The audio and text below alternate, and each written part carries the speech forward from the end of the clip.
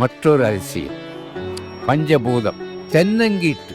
எத்தனையோ முறை பல பக்தர்கள் அம்மனுக்கு மூலஸ்தானத்திலே கட்டடம் கட்ட வேண்டும் என்று நினைத்தது தவறில்லை. ஆனால் ஆவேசமாக ஒருவர் மீது வந்து எனக்கு இந்த ஓலை குடிசையே போதும் என்று அசரீரி வாக்காக அம்மள் அருளியதை நாம் நினைவுபடுத்த விரும்புகிறோம். அப்படி ஓலை குடிசையிலே தன் ஏழ்மை நிலையிலே கூழ்வார்த்து கொண்டிருக்கிறாள் அம்மா.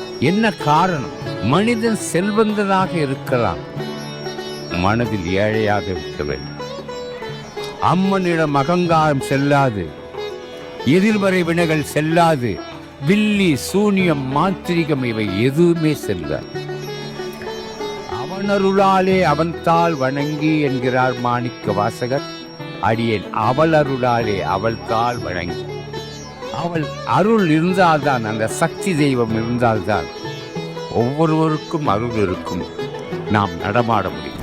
இந்த திருக்கோயிலை பற்றிய முழு விவரங்களை தெரிந்து கொள்ள எங்களுடைய கோ டெம்பிள் யூடியூப் சேனலில் பாருங்கள்.